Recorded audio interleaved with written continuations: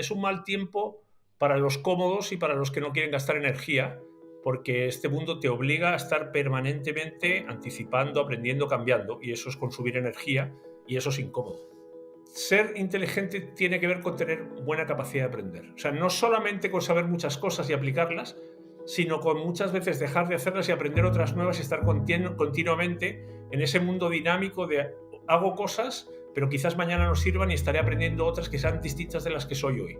Entonces, combina ese saber tomar decisiones con estar con la mirada hacia adelante viendo qué es lo que va a ocurrir para aprender cosas que hoy no sé, pero mañana voy a necesitar, y no morir en el intento. Ser capaz de estar es un poco esquizofrénico porque estás en el presente y en el futuro al mismo tiempo. En realidad estás en el pasado, en el presente y en el futuro, porque el presente es tu pasado. O sea, hoy es la cosecha de tu pasado. Tú y yo somos lo que hemos vivido hasta ahora.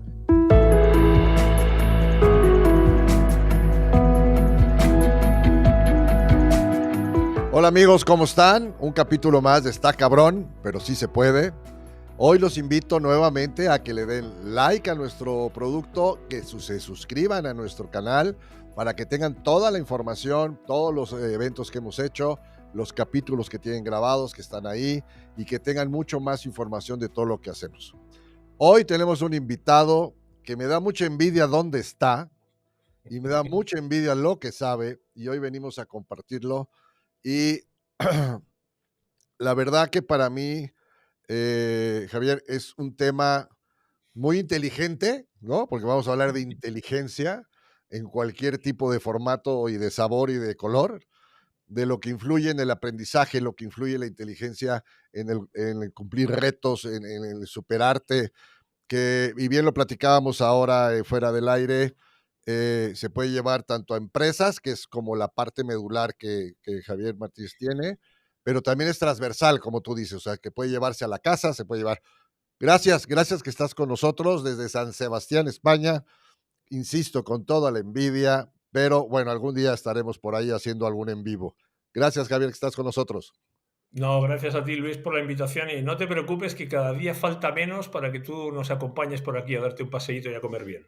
Gracias. Fíjate que siempre lo que hacemos, o al principio del podcast, le pedimos al invitado que se presente, que es complicado porque es difícil a veces hablar de uno mismo, pero para que la gente entienda el fenómeno de ser humano que tenemos enfrente, de lo que ha hecho, de lo que ha trabajado, de lo que puede aportar y sigue aportando a la sociedad y a las empresas, platícanos quién eres, cómo nace todo este tema, cómo creces, por qué te metes a inteligencia y no te metes a otro tema. O sea, vamos, queremos conocerte.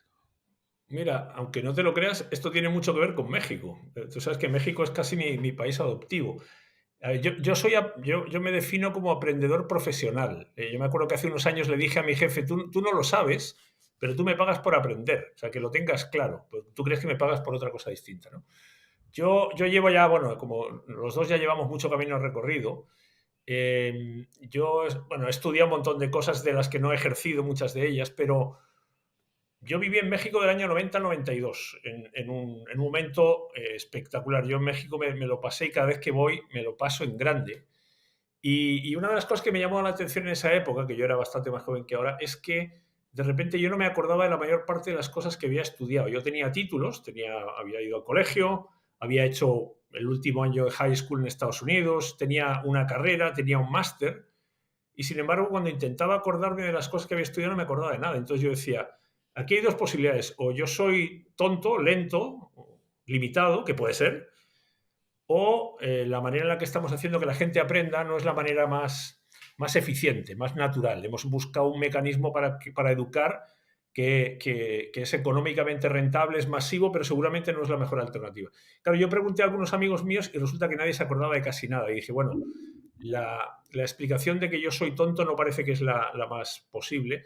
Entonces, algo pasa con la manera en la que estamos aprendiendo. Y en ese momento me puse a indagar e investigar qué significaba esto de aprender y cómo aprenden las personas y cómo aprenden las organizaciones y qué rol podía tener la tecnología en ese proceso. Entonces fue por casualidad, porque yo vivía en ese momento en México, en el DF, y estaba con una beca del gobierno vasco de comercio exterior, un pasado mío que ya no tiene nada que ver, y fue ahí donde se me despertó esa inquietud, ¿no? De intentar entender por qué yo creía que estudiar era lo mismo que aprender, por qué hacer cursos, por qué la formación, por qué los exámenes, por qué los profesores, los contenidos, las notas, toda la liturgia y la ceremonia que conocemos. Y ahí empezó ese interés que no ha terminado, porque este es un proceso que cada día descubres cosas nuevas. Los neurocientíficos te dicen que todavía sabemos muy poco del cerebro, que es la máquina más sofisticada del universo, y ahora se abren esas puertas de la inteligencia artificial que todavía tenemos las dudas de qué es lo que va a ocurrir, pero va a suponer un cambio descomunal, y todo esto al final tiene que ver con inteligencia, con aprendizaje, con conocimiento, y en la base lo que estamos intentando entender en primer lugar es cómo funciona nuestro cerebro para aprender, ¿no? Que es, yo creo que es el principal proyecto, el principal desafío que tenemos como humanidad ahora mismo. Y ahí Oye, vengo. y si podrías definir, partiendo de lo que es la inteligencia, porque a veces a lo mejor la podemos confundir con el IQ, ¿no? O sea, Sí, ¿qué es la inteligencia práctica? Lo que cuando dices, este es un hombre inteligente o esta mujer es muy inteligente, sí. que no es lo mismo ser brillante a lo mejor, pero ¿qué es ser inteligente?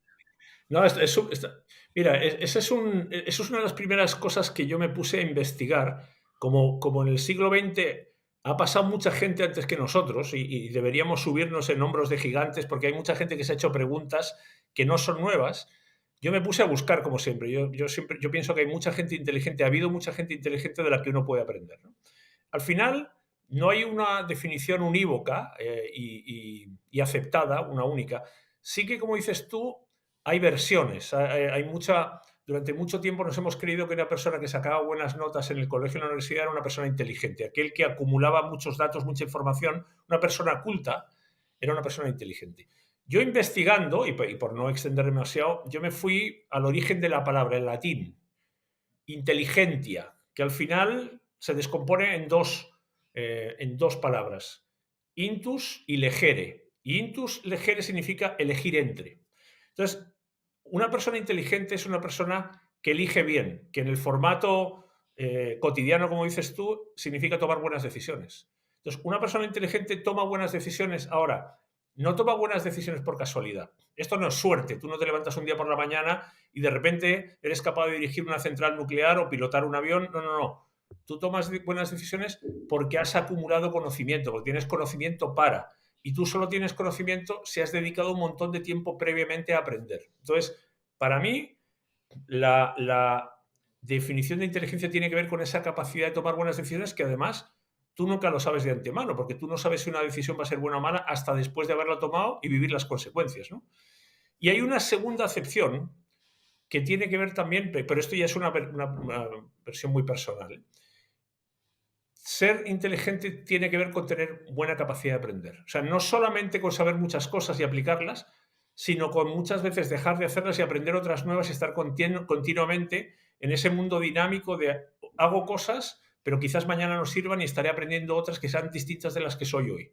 Entonces, combina ese saber tomar decisiones con estar con la mirada hacia adelante viendo qué es lo que va a ocurrir para aprender cosas que hoy no sé, pero mañana voy a necesitar y no morir en el intento. Ser capaz de estar es un poco esquizofrénico porque estás en el presente y en el futuro al mismo tiempo. En realidad estás en el pasado, en el presente y en el futuro, porque el presente es tu pasado. O sea, hoy es la cosecha de tu pasado. Tú y yo somos lo que hemos vivido hasta ahora. Y el futuro es lo que seamos capaces de aprender. Entonces, es como un poquito, es un mal tiempo para los cómodos y para los que no quieren gastar energía, porque este mundo te obliga a estar permanentemente anticipando, aprendiendo, cambiando, y eso es consumir energía y eso es incómodo.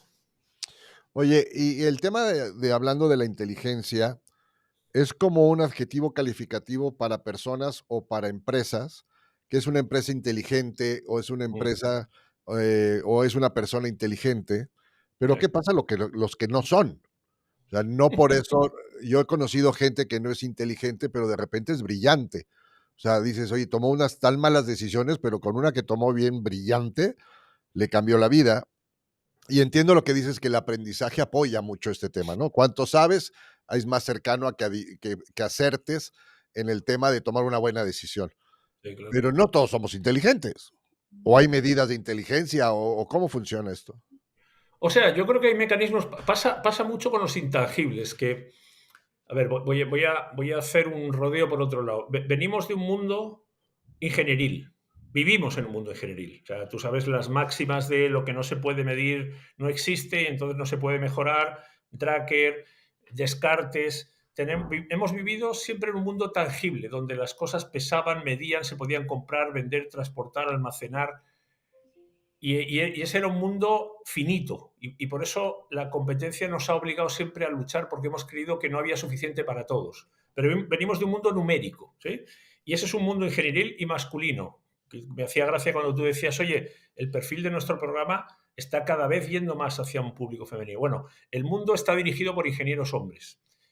Da lo mismo si nos parece bien o no, porque esa es otra discusión, pero ¿por qué yo digo esto? Porque cuando yo miro la composición de los equipos directivos en los que me toca a mí hacer consultorías o conferencias, que de hecho hemos colaborado alguna vez juntos, yo lo que miro es que la composición de los equipos directivos es mayoritariamente masculina y cuando tú ves la profesión de las personas que están en los equipos directivos, mayoritariamente son ingenieros. Entonces, ese es un mundo que se mide, que se mueve a través de lo que es medible porque ellos tienen que entregar resultados, porque tienen objetivos que hay que cuantificar, etcétera, etcétera. Entonces, claro, hemos tratado siempre de cuantificarlo todo. Pero es curioso porque la gente es capaz de convivir con partes de su vida que no cuantifica. O sea, tú le dices, oye, ¿me puedes demostrar la fe? ¿O me podrías mostrar el Excel donde tienes anotadas las características de tu mujer o de tu hijo para ver cuánto lo quieres o cuánto no? Entonces se nos produce esa dualidad donde de repente para algunas cosas somos inflexibles respecto de todo esto, tiene que tener una métrica y unos indicadores y unas herramientas, y hay aspectos de la vida que además suelen ser los más importantes, que sabemos que no los podemos someter a esa dictadura de la medición numérica porque no responden a esos patrones. No quiero decir con eso que no se pueda hacer nada, sino que la manera de evaluarlos quizás no es de manera directa, sino de manera indirecta. Yo no quiero evaluar el conocimiento de la inteligencia, quiero evaluar el impacto o las consecuencias que tiene el uso o no. ¿Sabe más de tenis o sabía más Nadal que Federer? No lo sé. Veamos qué resultados obtienen a la hora de aplicar el conocimiento que tienen y ahí podríamos entrar en la discusión. Pero de nuevo depende de los objetivos, ¿no? Entonces yo creo mucho más en la medición indirecta. Y un tema que has comentado que yo creo que es bien interesante. Nadie es inteligente en todo. Somos inteligentes en algunas cosas y en otras no, porque no tenemos conocimiento. Y fíjate que para mí esto tiene un impacto gigante en el tema del liderazgo, que por cierto a mí no es una palabra que me entusiasme, pero si tú asumes que todos somos inteligentes en algunas cosas y no en otras porque no podemos aprenderlo ni saberlo todo, entonces deberíamos asumir que hay situaciones en las que por el conocimiento que tenemos nos corresponde llevar la responsabilidad y en otros casos, donde hay otros que tienen mejor conocimiento que nosotros, nos corresponde seguir los pasos de otros, como pasó en la pandemia, que tienen mucho mejor conocimiento. Entonces, no importa que tú seas jerárquicamente el jefe, sino que si en situación de pandemia los científicos o los médicos tienen que tomar decisiones, hay que asumirlo y entregarles a ellos la responsabilidad porque para mí la toma de decisiones y el liderazgo no va por jerarquía, sino que va por conocimiento. Y eso fluctúa, ¿no? Entonces, por eso en algunas cosas tú puedes cometer errores, en otras no. Termino todo este rollo. Lo que dicen los neurocientíficos, yo lo leí hace muchos años, los neurocientíficos te dicen, mira, el cerebro, su principal objetivo, su obsesión, es que nos mantengamos vivos. Y para nuestra supervivencia, no que lo pasemos bien, no, que estemos vivos para reproducirnos. Ese es el objetivo de la vida. Para eso intenta predecir el futuro. Y por eso utiliza la inteligencia, porque la inteligencia es el mecanismo que tiene nuestro cerebro para intentar anticipar lo que va a ocurrir para que estemos preparados con el conocimiento que tenemos. Entonces, claro, hay casos donde los errores te pueden costar la vida. Hay otros casos donde no importa que cometas errores porque mientras no los cometas en los aspectos que te mantienen vivo o te mantienen en el trabajo, puedes equivocarte. La cuestión nunca es equivocarte. La cuestión para mí es siempre si eres capaz de aprender de las equivocaciones para ser un poquito más inteligente la próxima vez. Porque hay cosas que tú no sabes y te vas a equivocar. Hay cosas que nadie sabe y por tanto te vas a equivocar seguro porque no se saben. Entonces, el error va a ocurrir. La cuestión siempre es qué gestión hago yo del error una vez que ocurrió. ¿Aprendo para que la próxima vez no me vuelva a sorprender porque anticipo este error gracias a que la vez anterior aprendí e incrementé un poquito más mi nivel de inteligencia? Así lo veo yo. Sí, a ver, el tema del aprendizaje lo veo como la médula de la inteligencia. Si no hay aprendizaje, tu inteligencia para tomar decisiones cada vez es más limitativa o te vuelves muy experto en ciertas tomas de decisiones de cambiar un neumático, ¿no? Y eres muy inteligente porque lo que sabes hacer lo sabes hacer muy bien, que además está bien. O sea, hay gente que se vuelve experta en una cosa y es muy inteligente más que todas las demás en una sola cosa, pero no en todos los demás. El aprendizaje por décadas cambia. La forma de aprender cambia. Hoy la tecnología hace que el aprendizaje sea rápido, que sea a la mano, que sea consulto en Google, consulto en ChatGPT, consulto. Entonces ya no aprendo de las formas anteriores donde sí, pues te tenías que leer el libro, tenías que haber. Y eso viene mucho ya también desde el proceso del colegio. ¿Tú cómo ves hoy el aprendizaje para esta, esta suerte de tener el conocimiento para que sea yo el que tome las decisiones y no porque lo acabo de leer en una inteligencia artificial que dice que esto es así y entonces tomo la decisión con base en él, pero no tengo la experiencia de haberlo probado? Sí. Mira, has dicho una palabra fundamental desde mi punto de vista, que tiene la última palabra, la penúltima palabra que has dicho ha sido experiencia. Mi definición de aprendizaje, no la definición, la mía. Aprender es acumular experiencia, reutilizable en el futuro. Aprender no es estudiar. Estudiar podría ser un subconjunto, pero si tú no recuerdas la mayor parte de las cosas que aprendiste en el colegio, ese proceso de aprendizaje no fue muy eficiente, ¿no? Y eso es lo que les pasa a la mayoría de los adultos, que si tú le dices, oye, ¿tú serías capaz de aprobar alguno de los exámenes del colegio o de la universidad? Y la mayoría te reconocen que no. Entonces, aprender consiste en acumular experiencias reutilizables en el futuro. ¿Por qué? Porque cuando tú la próxima vez que te enfrentes a esa experiencia, tienes que ser capaz de reutilizarla porque ya la aprendiste antes, ¿no? Yo, por ejemplo, siempre digo, yo me podría jugar todo mi dinero a que mañana va a amanecer. ¿Por qué?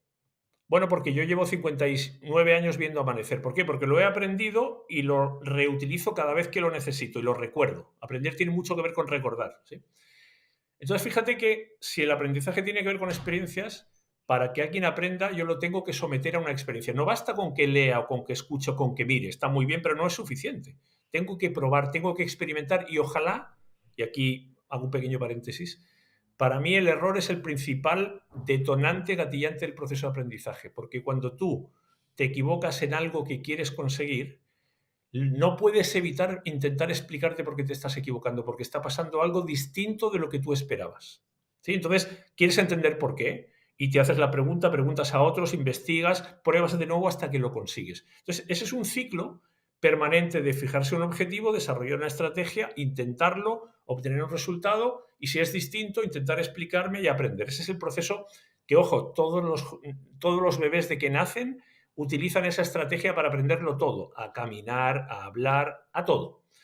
Y fíjate, ese aprendizaje en los seres humanos ocurre en nuestro cuerpo porque no podemos aprender de otra manera, que ahí hay una diferencia con la inteligencia artificial. Nosotros hemos desarrollado un mecanismo para aprender porque tenemos una biología y dependemos de ella. Tenemos sentidos, tenemos que mantenernos vivos, tenemos un cuerpo. Entonces, nos hemos inventado una manera de aprender y queremos replicarla en las máquinas y resulta que las máquinas no tienen por qué seguir nuestro mismo mecanismo. Entonces, como no siguen el nuestro, decimos, no, es que la máquina no es inteligente. Ojo, no es lo mismo que los aviones y los pájaros. Los primeros aviones intentaban copiar a los pájaros, ¿te acuerdas? Intentaban mover las alas, hasta que nos dimos cuenta de que nosotros no es la única manera de volar. ¿Vuela? Sí que vuela, como los pájaros, no. ¿Lo necesita? No, no lo necesita. Entonces, toda esta vuelta que te estoy dando es ¿por qué? Por dos distinciones. Aprendemos igual que siempre, pero ha cambiado el contexto. Es decir, el aprendizaje tiene que ser una experiencia que tú acumulas en tu cuerpo y en tu cabeza y la tienes que recordar. ¿Qué pasa? Que hasta hace un tiempo la tecnología no te permitía esa inmediatez y esa velocidad que tú decías antes. Si tú te acuerdas, en nuestra época, si tú querías saber algo, te ibas a una biblioteca. Recién empezaban los primeros canales de televisión, estaba la radio, pero las fuentes donde tú podías ir a aprender era o al colegio o a la biblioteca. Tú físicamente ibas a un sitio y dependías de que allí hubiera una persona o hubiera libros. El siguiente paso que hicimos fue, ok, preguntémosle a Google, que Google nos va a hacer el trabajo sucio de recoger toda la información para que tú no tengas que ir a buscarla. Pero ojo, te la vas a tener que leer igual. Google te dice, mira Luis, de esto que me has preguntado, aquí tienes 150.000 entradas. Buena suerte. Ahora le preguntamos a ChatGPT y ChatGPT te dice, no, no te preocupes, no busques, yo te entrego la respuesta. Tienes que verificarla porque alucina un poco. ¿Qué es lo que yo creo que va a pasar en algún momento? Que finalmente la respuesta te va a venir a ti incluso antes de que tú la pidas. ¿Qué es lo que hace tu cerebro? Tu cerebro, cuando tú vas a montarte en el coche, tú no vas a tu cerebro y dices, oye, ¿me puedes entregar el conocimiento para aprender mi automóvil y manejarlo?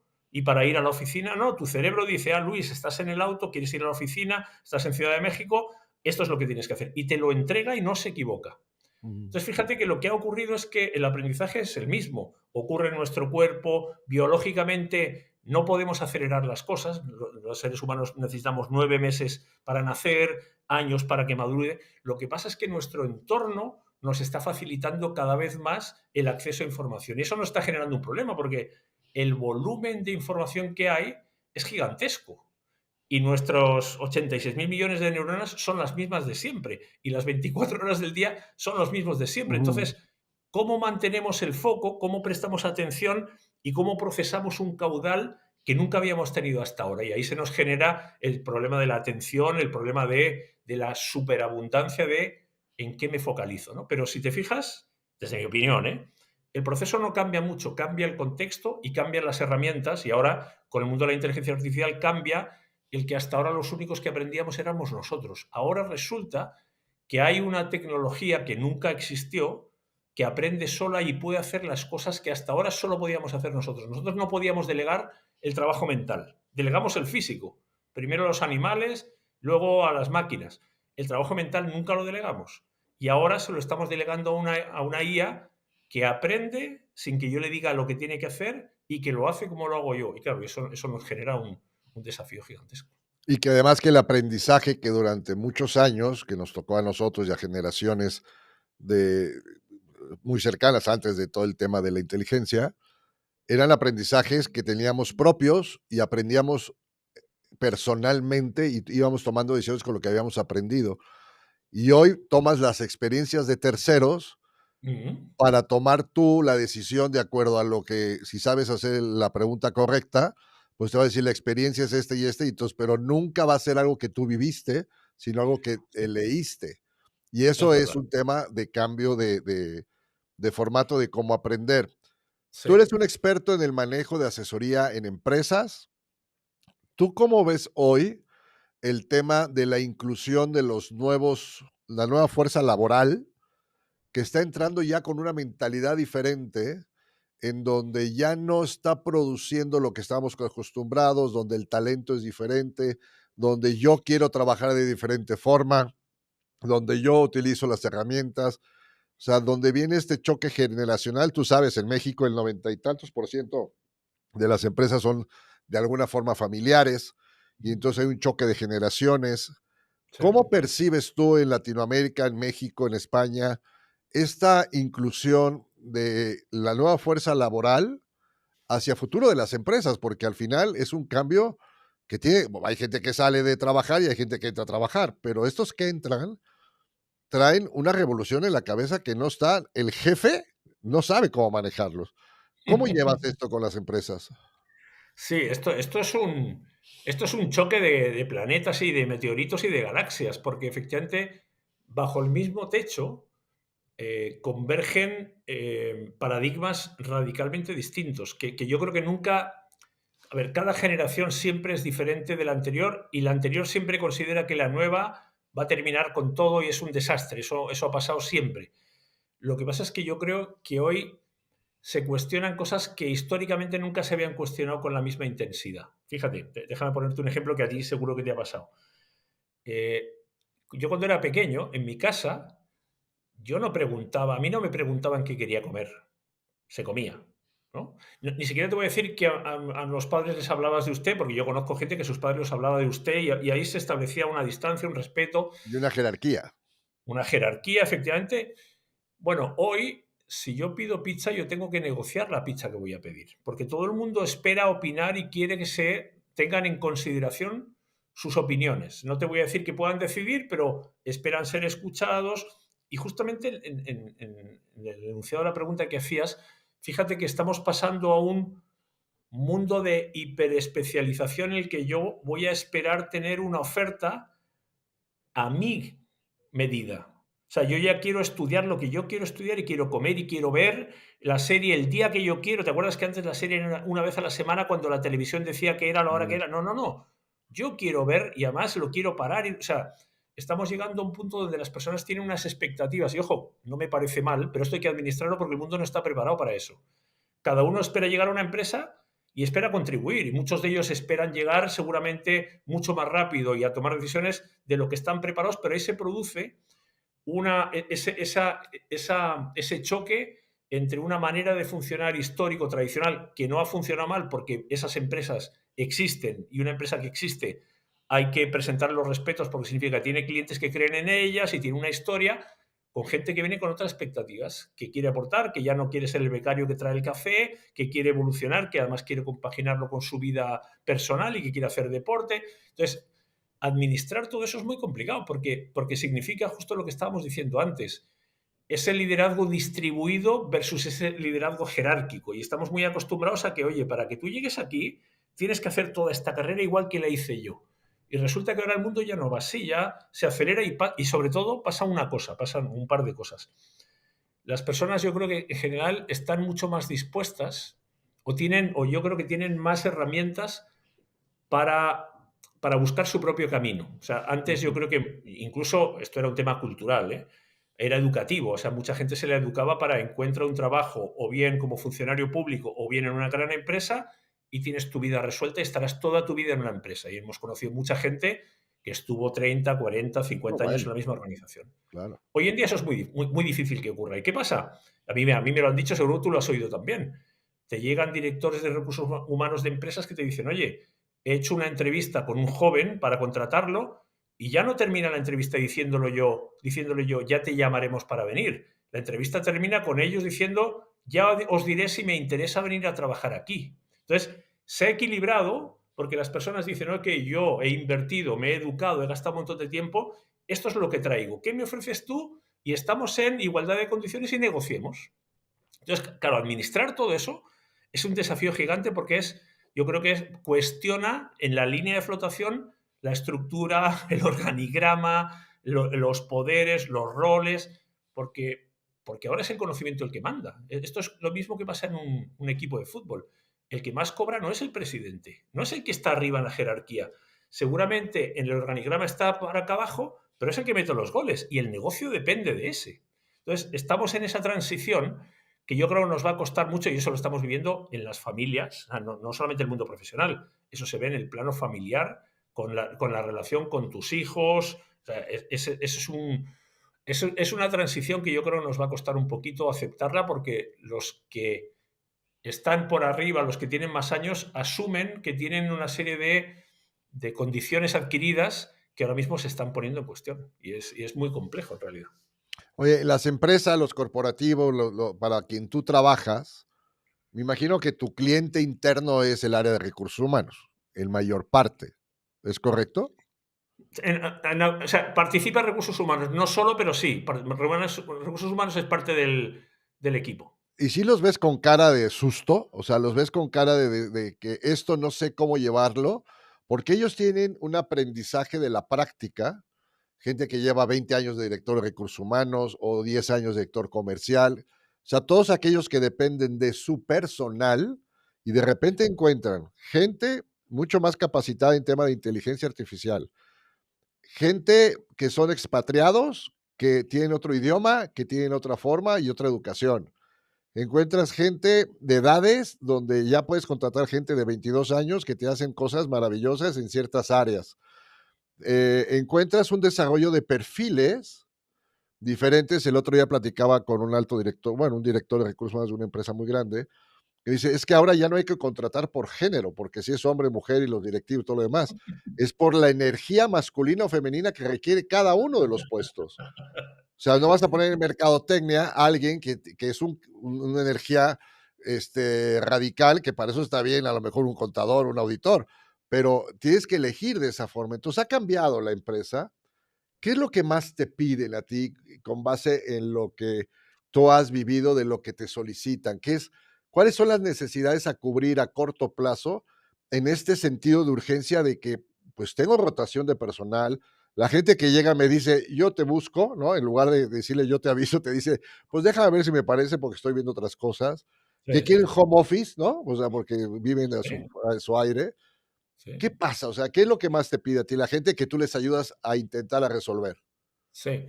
A ver, yo te diría lo que veo yo más, pero yo aquí soy subjetivo y parcial, es lo que yo llamo desarrollar el músculo de aprender. Yo lo suelo graficar de una manera un poquito ridícula. Y es que tú tienes una persona que tiene un bíceps del brazo derecho muy desarrollado, pero tiene un bíceps del brazo izquierdo raquítico, porque nunca lo ejercito. Ujú. Entonces, yo les suelo ridiculizar esta situación a muchas organizaciones. Les digo, mira, tú eres muy bueno para producir, eres una multinacional, estás en todos estos países, has tenido unos resultados gigantescos, pero en un mundo que va cambiando cada vez más rápido, esa historia no te asegura que mañana vas a seguir funcionando igual. Entonces, no vas a dejar de producir porque tu negocio es producir, pero tienes que compensar este desequilibrio aprendiendo al mismo tiempo que trabajas. No puedes permitirte producir y no aprender, porque el precio que pagas es muy caro. Entonces, ese músculo se puede desarrollar, igual que hay un músculo que se preocupa del dinero, y hay un músculo que se preocupa de los datos, y un músculo que se preocupa de los clientes, y otro de los productos, pero no hay un músculo que se preocupe de aprender. Entonces, fíjate que yo veo recursos humanos tiene una oportunidad gigante que no estoy seguro si la quiere ver o si la ve, si quiere tomarla, porque te obliga a desarrollar competencias distintas, que es justamente hacerse cargo de desarrollar ese músculo, de meter en los procesos el aprender antes de hacer las cosas, aprender mientras las estoy haciendo y aprender después de que las hago. No voy a dejar de hacer nada, simplemente voy a añadir oye, antes de hacer esto, alguien lo habrá hecho antes, ¿qué es lo que sabemos para no trabajar solo con lo que yo sé?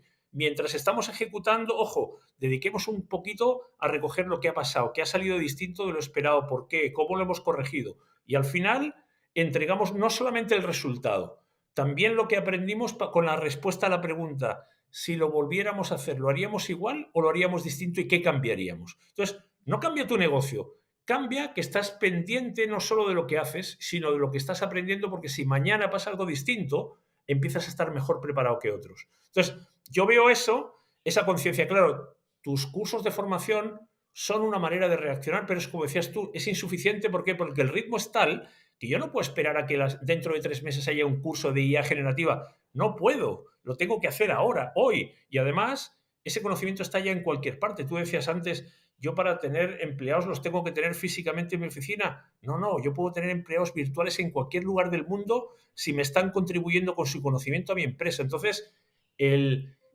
los bordes de la empresa se empiezan a desdibujar. ¿Dónde empieza y dónde termina? Es cuestión de edad, es cuestión geográfica. Y te cuento el último ejemplo, fíjate. Yo estuve hace unos meses con tres chavales, tres ingenieros de 22 años en Chile. Y me dicen que, no, dos ingenieros y un psicólogo. Y me dicen los ingenieros, mira, no terminamos la carrera. Eran, fíjate, eran chavales de buena familia, o sea, gente con dinero, que empezó la carrera en buenas universidades y en segundo año se fueron. Y les digo, ¿por qué os fuisteis? Y me dice uno, mira, en la clase de inteligencia artificial, yo en ese momento era beta tester de OpenIA hace un par de años, y resulta que lo que me estaba contando el profesor de una buena universidad en inteligencia artificial era algo de hace 5 años. Yo sabía más que el profesor. Y dije, me voy de aquí. Y montaron una startup de inteligencia artificial. Y me dicen los tíos, dos tíos de 22 años, me dicen, lo primero, el conocimiento es la empresa, me dicen ellos, ¿eh? Es que nuestra empresa es conocimiento. Y me dice, somos cuatro socios, nosotros dos, el psicólogo, y el cuarto socio es una inteligencia artificial, que la estamos entrenando con todo lo que hacemos. En la oficina tenemos puestos micrófonos y todo lo que hablamos lo vamos grabando y vamos alimentando una inteligencia artificial con todo nuestro conocimiento. Y me dicen los tíos, me dicen, de hecho, estamos cometiendo un error. No estamos grabando esta conversación, me dicen. Dos chavales de 22 años que ni siquiera terminaron la carrera. Y yo les digo, oye, pues están trabajando con agentes y tienen un agente que controla a otros agentes, un agente crea los presupuestos, otro hace las propuestas. Y yo les digo, o sea, que vosotros creéis que es factible tener una empresa sin empleados. Y me dicen, por supuesto, hacia eso estamos trabajando. Entonces, fíjate que La gente en recursos humanos que lleva toda la vida haciendo algo que le ha resultado, tiene un paradigma y unos chavales de 22 años que tarde o temprano van a ser los que van a estar dirigiendo lo que está ocurriendo, tienen otro concepto absolutamente distinto. ¿Esto puede converger? Yo creo que va a tener que converger, pero hoy en día son casi como antípodas, están pensando en cosas totalmente distintas y todos viven en el mismo mundo. Oye, esto es en el tema de las empresas, pero ¿qué pasa con todos aquellos que generan ingresos en lo individual? Yo le llamo navegantes en solitario, que son todas las multiniveles, todos los startups, toda la gente que ahora busca la parte del emprendimiento, o sea, ¿qué pasa con todos ellos que al final, pues no se rigen por una jerarquía de una empresa, de un director general, etcétera, sino que pues están en la calle ganando dinero, pero cada vez más el cliente sabe más que ellos de lo que les van a vender. Pasa con el tema de los autos. Llegas a una agencia a comprar un coche y el vendedor, tú sabes más del coche que el vendedor del coche. Entonces, ¿qué pasa? El vendedor tiene que ser la parte empática, la parte de los soft skills para poder vender, ya no el conocimiento, porque el que viene ya lo sabe más. Sí, Pero, ¿qué, qué le recomendarías a toda esta gente que también nos escucha, que son emprendedores, que sí. son gente de multiniveles, representantes médicos, que viven de salir a la calle a vender, que se les ve que la tecnología, a mí me da mucha gracia porque te dicen, bueno, yo la tecnología no es lo mío, ¿no? Digo, es que debe ser lo tuyo, es que no me entra, ¿no? Pero eso es, ¿qué? ¿Va a ser raza en extinción? No, fíjate que o sea, la tecnología no puede no ser lo tuyo, porque finalmente la tecnología es conocimiento. Mira, yo creo lo siguiente, la venta nunca va a desaparecer, y de hecho una empresa que no vende o un individuo que no vende desaparece. Claro, la venta en realidad es tener la habilidad de detectar necesidades que alguien tiene y que no es capaz de cubrir o porque no puede o porque no quiere. Porque yo no sé, tú me imagino que te acuerdas que hace años las multinacionales tenían dentro agencias de viajes, editorial con imprenta, publicidad, se lo hacían todo. Hasta que dijeron, ¿cuál es mi negocio? Y el resto lo saco. Entonces, hay siempre oportunidades. Lo que pasa es que estas oportunidades te obligan a un concepto que parece contradictorio, que para mí es la respuesta a lo que hacemos, porque yo estoy en ese mundo que dices tú. Yo tengo una pequeña consultora, pero hago conferencias, yo soy un navegante también. Ujú, ¿Cuál es mi único método de supervivencia? Aprender más rápido y aprender cosas que mis clientes no saben, porque si les voy a contar, como dices tú, lo que ellos ya saben, no estoy muerto, pero siempre ha sido así. Si le voy a ofrecer lo que él ya tiene o no necesita, estoy muerto. Esto me obliga a aprender del futuro. Yo le puse ese nombre hace un montón de tiempo que suena a contraintuitivo. ¿Cómo vamos a aprender lo que no ha ocurrido todavía? Bueno, lo que ya se sabe, tarde o temprano lo van a hacer las máquinas y se lo estamos enseñando a las máquinas. Eso se llama automatizar. La máquina hace lo que nosotros sabemos. La máquina lo que no hace es lo que no sabemos. Entonces, ¿eso a qué te obliga? A estar continuamente haciéndote preguntas, siendo curioso, invirtiendo energía, imaginando escenarios. Y fíjate, Luis, que aquí se produce una contradicción. Históricamente, las habilidades que hemos valorado, que han sido las que hemos premiado durante la educación, han tenido que ver con la puntualidad, con la disciplina, con la memorización, con la obediencia, con no salirte con repetir lo que el profe te dice. Eso es todo lo que hace mejor la tecnología y ya lo va a hacer mejor. ¿Cuáles van a ser esas habilidades que yo creo que hay que desarrollar? Que, ojo, todo el mundo las lleva de fábrica, ¿eh? Esa es la buena noticia. Esa curiosidad, esa imaginación, esa creatividad, porque eso es lo que te permite anticiparte un par de pasos a tu cliente para que yo no le cuente la conferencia de hace 5 años, le tengo que contar la conferencia de lo que él todavía no ha visto, no ujú. tiene tiempo para andar investigando porque su negocio es otro, pero sí que está dispuesto a que alguien le venga y le haga un update de lo que él no tiene tiempo para hacer. ¿Eso qué te obliga? A estar continuamente aprendiendo. O sea, a estar continuamente invirtiendo en recuestionarte lo que haces para decir, oye, habrá otra cosa. Y ojo, y siempre mapeando quiénes son mis clientes que tienen una necesidad para los que yo soy una respuesta, ¿no? Pero yo creo que es un mejor mundo, no es un peor mundo, pero te obliga a cambiar. Si tú quieres que tus clientes cambien, primero tienes que cambiar tú. Oye, y llevando esto en forma transversal a la familia, encontramos padres que están muy aislados ya de los hijos, o los hijos están muy aislados, se vuelven cápsulas dentro de la casa, eh, porque eso de salirse de casa es imposible ya, ¿no? Eso es un tema aparte. Pero esta relación padres e hijos, con el tema de tecnología, eh, y entiendo que el aprendizaje de la gente, de los padres, debe ser como que mucho más rápida para ir de la mano un poco de los hijos. Pues, se han complicado las relaciones, se han complicado porque se aíslan y entonces llega un momento que los hijos viven en un mundo tecnológico y de rapidez y de poder, es el clásico de que, a ver, el móvil dáselo a tal para que te lo arregle, ¿no? Y todo lo solucionan.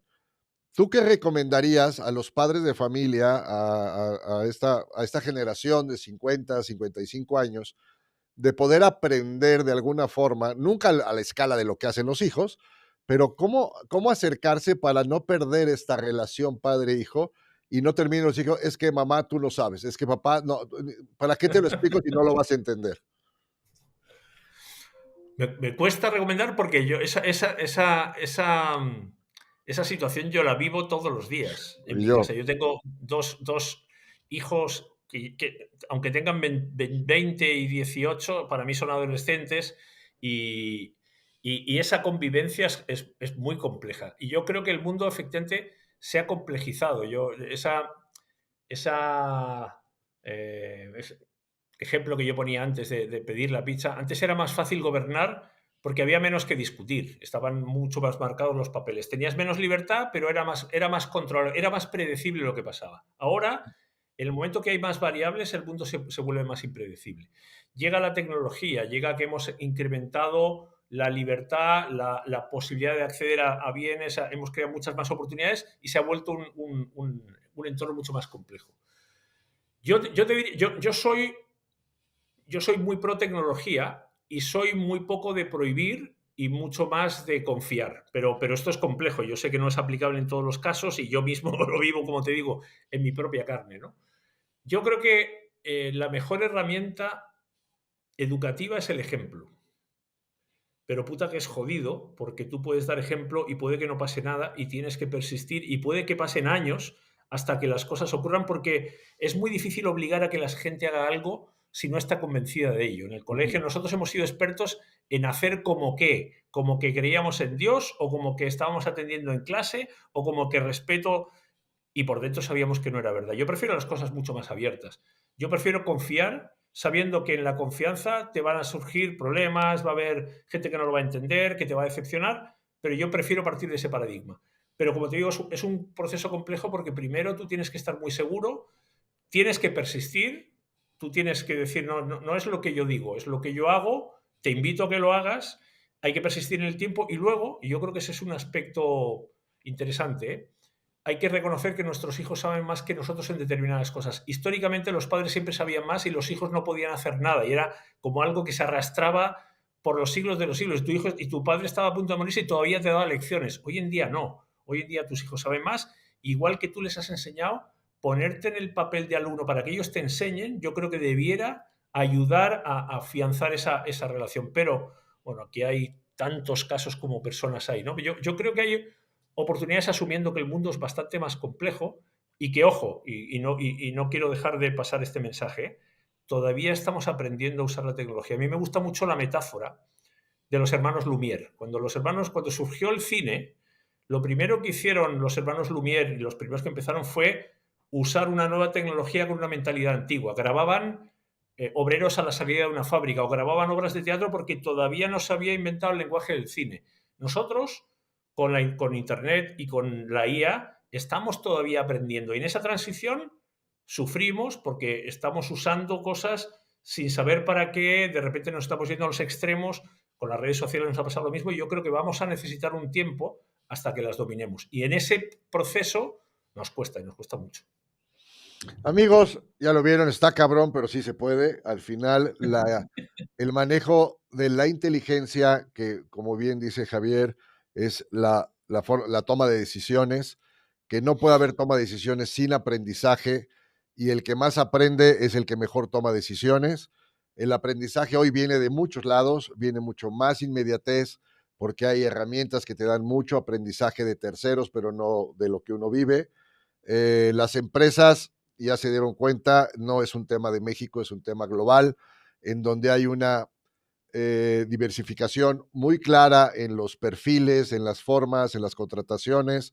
Al final hay que dar resultados, los accionistas siguen queriendo sus utilidades, pero es muy complejo dentro de las empresas hacer este cambio paulatino sin perder la fuerza de ventas, sin perder la fuerza de manejo de presupuestos y de las utilidades a nivel pues personal. Estos emprendedores, la gente que tiene sus trabajos individuales, deben de saber más que el cliente en ciertas cosas y no en la parte más técnica.